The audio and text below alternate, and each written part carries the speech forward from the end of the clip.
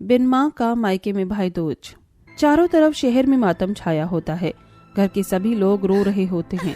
उसी वक्त रंजीत की छोटी बहन प्रिया भाई दूज मनाने के लिए घर पर आती है। अरे इतनी भीड़ क्यों लगी है हमारे घर के बाहर? क्या हो गया? कुछ समझ नहीं आ रहा। प्रिया सभी लोगों के बीच से गुजरकर घर के अंदर जाती है, जहां उसकी माँ की अंतिम संस्कार की तैयारियां चल रही होती हैं। अपनी स्वर्गीय माँ को देखते ही उसके हाथों से पूजा का सामान गिर जाता है और वो रोते हुए अपनी माँ के शव के पास जाती है। नहीं नहीं माँ, ये क्या हो गया मेरी माँ?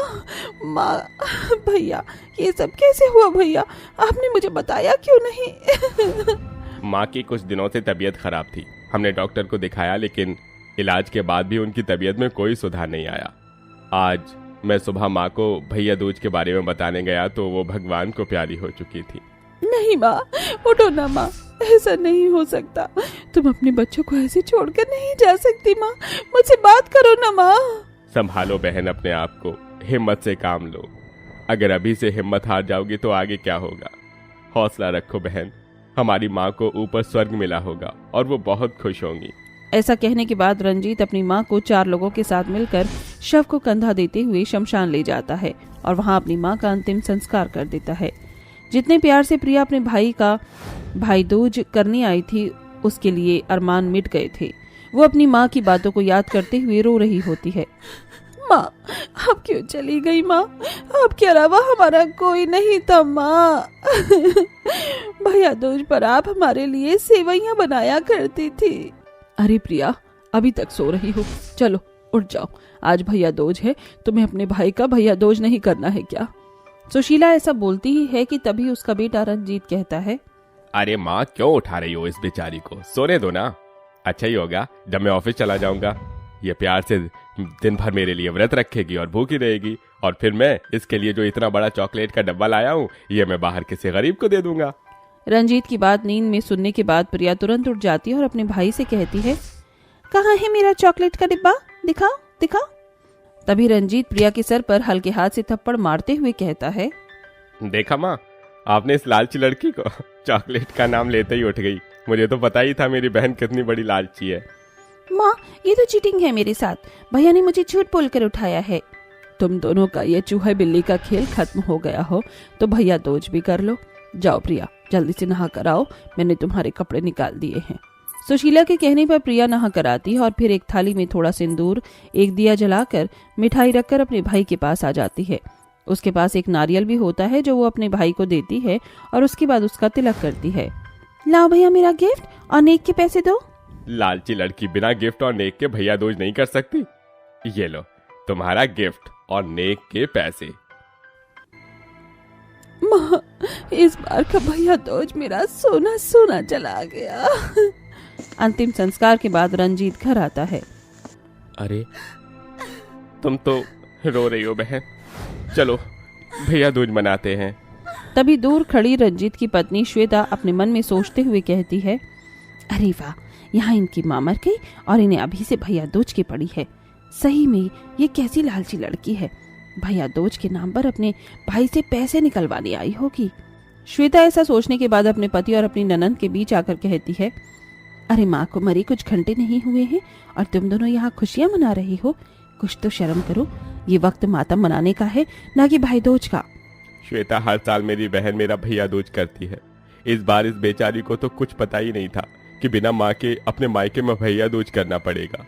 भाभी, एक बार तो भैया दूज छूट गया तो दोबारा नहीं कर पाऊंगी, इसीलिए मुझे भैया दूज करने दीजिए। जब दुनिया थूकेगी हम पर तब तुम्हें समझ आएगा। अरे अब क्या अपने भैया का भी नाम बदनाम करोगी? अरे जाओ, चले जाओ यहाँ से। क्या हो गया है तुम्हें श्वेता? ये किस तरह तुम मेरी बहन से बात कर रही हो? आप चुप रहिए जी, बहुत हो गया। इस घर में ये सब ड्रामा और मैं बर्दाश्त नहीं कर सकती। यहाँ से भेज दीजिए अपनी बहन को, या फिर मैं इस घर को छोड़कर चली जाती हूँ। भाभी, आप कहीं मत जाइए, मैं अपने घर वापस जा रही हूँ। बेचारी प्रिया रोते हुए वापस अपने घर लौट आती है। उसे अपनी भाभी का बोला हुआ बहुत बुरा लगता है, लेकिन वो इसके बारे में अपने ससुराल में किसी से कुछ नहीं कह पाती। क्या हुआ प्रिया, तुम बहुत उदास लग रही हो? भैया दूज पर तुम्हारे भैया ने अच्छा नेक नहीं दिया क्या तुम्हें? प्रिया फुट फुट कर रोने लगती है। अपने पति रणवीर के गले लगकर वो कहती है, मेरी माँ हमें छोड़कर चली गई। बिन माँ के अपने मायके में अपने भाई का भैया दूज भी नहीं कर पाई। मेरी भाभी ने मुझे घर से निकाल दिया। ये सुनकर रणवीर को भी बहुत बड़ा झटका लगता है। इधर प्रिया फूट फूट कर रो रही होती है तो उधर उसी की भाभी श्वेता बहुत खुश हो रही होती है। अच्छा हुआ पैसों की बचत हो गई, वरना तो मेरा पति इसके ऊपर सारी माया ही लौटा देता। पता नहीं क्यों आ जाती है यहाँ भैया दूज मनाने। वैसे मुझे भी निकलना है, मुझे भी तो अपने भाई का भैया दूज करना है। श्वेता अपने मायके जाती है जहाँ पर वो अपने भैया का भाई दूज करने पहुँचती है। अरे भैया कहाँ हो तुम, कहीं नजर नहीं आ रहे हो। भैया, ओ भाभी, कहाँ गए सब। श्वेता की भाभी अनन्या कमरे से उठकर आती है और उसे देखकर अजीब सा मुंह बना लेती है। आ गई लेने देने की भूखी, इसे तो आज मैं कुछ भी नहीं देने वाली। भैया दूज के नाम पर अपने भाई को लूट कर जाती है। अनन्या के साथ साथ उसका पति भी आ जाता है। अरे बहन आ गई तुम, चलो भैया दूज कर दो, कब से मैं तुम्हारा इंतजार कर रहा था। श्वेता अपने भाई का भैया दूज कर देती है। भैया दूज करने के बाद उसकी भाभी उससे कहती है, देखो श्वेता, इस बार हमारा थोड़ा हाथ तंग चल रहा था तो हम तुम्हें कुछ दे नहीं पाएंगे। अगली बार भैया दूज पर तुम्हें तुम्हारे पसंद के कपड़े जरूर दिलवा दूंगी। और आज तो मेरे पास घर में खाना बनाने के पैसे भी नहीं हैं, तो तुम यहाँ पर रुक कर क्या करोगी, अपने घर ही चली जाओ। अनन्या की ऐसी बातें सुनकर श्वेता को बहुत बुरा लगता है। उसे अचानक से अपनी ननंद की याद आ जाती है। जिस तरह उसने अपनी ननंद के साथ बर्ताव किया, उसी तरह आज उसी के मायके में उसके साथ बर्ताव होता है, जिसमें ना तो उसका भाई उसके लिए कुछ बोलता है और ना ही उसकी माँ। वो रूखा सूखा भैया दूज करके वापस अपने घर लौट आती है और अगले ही दिन ढेर सारे नेक और रंजीत के साथ प्रिया के घर पहुंच जाती है। मुझे तुम्हारे साथ ऐसा नहीं करना चाहिए था, मैंने जो किया उसके लिए मुझे माफ कर दो। चलो अपने भैया का भैया दूज करो, नहीं तो हर साल तुम भैया दूज करने से रह जाओगी। प्रिया की आंखों में आंसू आ जाते हैं। एक तरफ उसे अपनी माँ के जाने का गम था तो दूसरी तरफ अपने भाई का भैया दूज करने की खुशी। वो अपने भाई के भैया दूज करती है, जिसके बाद श्वेता और रंजीत दोनों उसे शगुन देते हैं। इस प्रकार वो अपने भैया दूज का त्योहार मनाती है। अब उसकी भाभी श्वेता उसके साथ खुशी खुशी रहती है। गरीब से समीर की छठ पूजा। हे भगवान, अब मैं क्या करूंगा। मैं अपनी बेटी को वचन दे चुका हूँ, मैं किस मुंह से अब छठ पूजा के दिन अपनी बेटी के सामने जाऊंगा। हमारी बच्ची हमारे घर की आर्थिक स्थिति को बहुत ही अच्छे से समझती है, आप चिंता मत कीजिए। आस्था, मैं मेरी बच्ची को अच्छे से जानता हूँ, वो मेरी मजबूरी को समझ लेगी, लेकिन मैं नहीं चाहता कि मैं अपनी बेटी को इतनी छोटी सी खुशी के लिए तरसाऊं। आस्था और मुकेश दोनों का ही मन परेशान था। अभी दोनों पति पत्नी आपस में बातें कर ही रहे थे कि तभी वहां मुकेश की बेटी रानी आ गई। पापा, आप मुझे कब छठ पूजा के लिए ड्रेस दिलवाओगे? हाँ बेटा, जल्दी ही ले चलूंगा। ठीक है। रानी खुश होते हुए अपने कमरे में चली गई। आपने उसे झूठ क्यों बोला? आपको उसे सब कुछ सच सच बता देना चाहिए था कि आपकी नौकरी चली गई है और आप उसे कुछ नहीं दिला पाओगे। मैं ऐसे बोलकर उसका दिल नहीं दुखाना चाहता हूँ। मेरी बच्ची कब से छठ पूजा का इंतजार कर रही है। मैंने उससे वादा किया था कि छठ पूजा के दिन मैं उसके लिए बहुत सारे पटाखे लेकर आऊंगा, उसे सुंदर सी ड्रेस दिलाऊंगा। लेकिन चलिए, आप अब ज्यादा उदास मत होइए। अगर आपकी नीयत सच्ची है तो कोई ना कोई रास्ता निकल ही आएगा। तुम शायद सही बोल रही हो। ऐसे बोलकर मुकेश घर से बाहर की तरफ जाने लगा। कहाँ जा रहे हो आप? मेरा दिमाग बहुत परेशान है, मैं कुछ देर बाहर जा रहा हूँ। ऐसे बोलकर बस मुकेश जा ही रहा था कि तभी उसका एक पुराना दोस्त अनिल उसके घर आया। भाई क्यों दिमाग परेशान है तेरा? अरे अनिल तू? हाँ मैं। नमस्ते भाभी जी। नमस्ते, आइए अंदर आ जाइए। जी हाँ। मुकेश अनिल को कमरे में ले गया। आस्था अनिल के लिए चाय वगैरह लेकर आई और फिर दोनों दोस्त आपस में बातें करने लगे। क्या बात है भाई, तू इतना सूख क्यों रहा है? पूछ मत अनिल, मेरा बड़ा दिमाग खराब है। क्यों? मेरी नौकरी चली गई। न जाने किस कमबख्त ने मेरे मालिक के कान भर दिए और उन्होंने मुझे काम से निकाल दिया। ओह, बड़े दुख की बात है। कोई बात नहीं, तू कोई और काम ढूंढ लेना। इतना आसान है क्या कोई काम और ढूंढना? वैसे ही त्योहारों का समय है, अभी तो मुझे कोई भी काम नहीं मिलेगा। ऊपर से मेरी पत्नी भी प्रेग्नेंट है, कल को इसकी डिलीवरी वगैरह का खर्च भी मेरे कंधों पर आना है। मेरी तो समझ में नहीं आता कि सब कुछ कैसे होगा। मैं इन त्योहारों पर अपने परिवार की जरूरतों को कैसे पूरी कर पाऊंगा। मैं अपनी बेटी को धूमधाम से छठ पूजा मनाने का वचन दे चुका हूं, मैं उस वचन को कैसे पूरा करूंगा? मुकेश की बातें सुनकर अनिल कुछ देर के लिए शांत हो गया, लेकिन कुछ देर बाद वो सोचकर बोला, तेरी बातें सुनकर मुझे कुछ याद आया। जानता है, मेरे पड़ोस में एक आदमी है जो छठ पूजा करना चाहते हैं, लेकिन वो ऐसा कर नहीं सकते क्योंकि वो बेचारे बीमार हैं। तो ये बात तू मुझे क्यों बता रहा है? इसलिए क्योंकि वो किसी ऐसे बंदे की तलाश में हैं जो उनके लिए यह पूजा करे। वो ये पूजा किसी और से करवाकर उसे पैसे देने को तैयार हैं। सच? एकदम सच।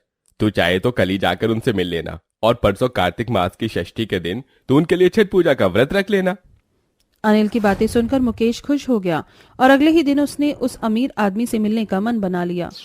अगली सुबह अनिल जल्दी उठकर उस आदमी के घर जाने को निकल गया। उसका घर अलग शहर में था, इसीलिए मुकेश को जल्दी जाना पड़ा। मुकेश घर से बहुत ही जल्दी निकला और दोपहर तक उस आदमी के घर अनिल के साथ पहुंच गया। विवेक जी कहाँ हो? अरे कौन है? अंदर आ जाओ। मैं हूं जी अनिल। विवेक जी आपसे मिलने कोई आया है। मैं तो अभी अंदर नहीं आ सकता हूं। आप मेरे दोस्त मुकेश से मिल लीजिए। ऐसे बोलकर अनिल चला गया। मुकेश अकेला ही अंदर विवेक के कमरे में पहुंचा।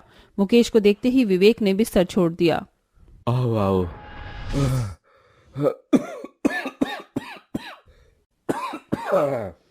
विवेक जोर जोर से खांसने लगा। वो इतना खांस रहा था कि वो गिर ही पड़ा। अरे अरे, संभालिए खुद को। अनिल ने उसे बिस्तर पर लेटा दिया।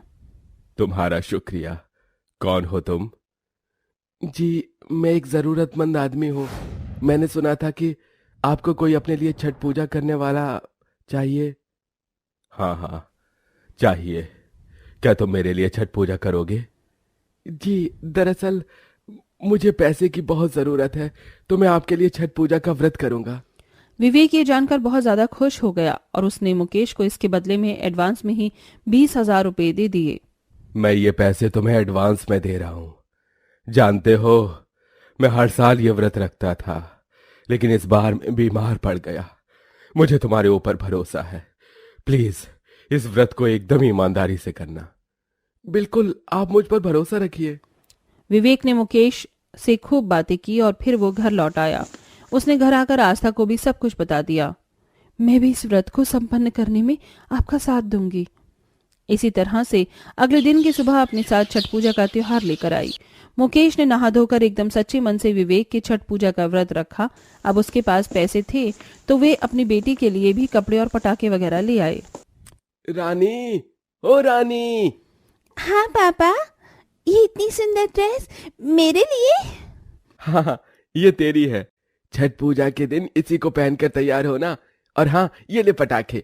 इन्हें हम दोनों पूजा के दिन एक साथ जलाएंगे। शुक्रिया पापा। रानी अपने बाप के गले लग गई। मुकेश को उसकी खुशी देखकर बहुत ज्यादा खुशी हुई। बेचारा एक गरीब बाप अपनी बेटी की खुशी के लिए बहुत ही ज्यादा मेहनत कर रहा था। आज छठ पूजा के व्रतों का तीसरा दिन था। मुकेश और उसकी पत्नी छठ पूजा के कार्यों के लिए एक सड़क पर आ चुके थे, जहां व्रती लोग फूल वगैरह डालकर छठ माता का नाम लेते हुए सड़क पर लेट रहे थे। चलो आस्था, तुम लाइन बनाती और फूल फेंकती हुई चलना।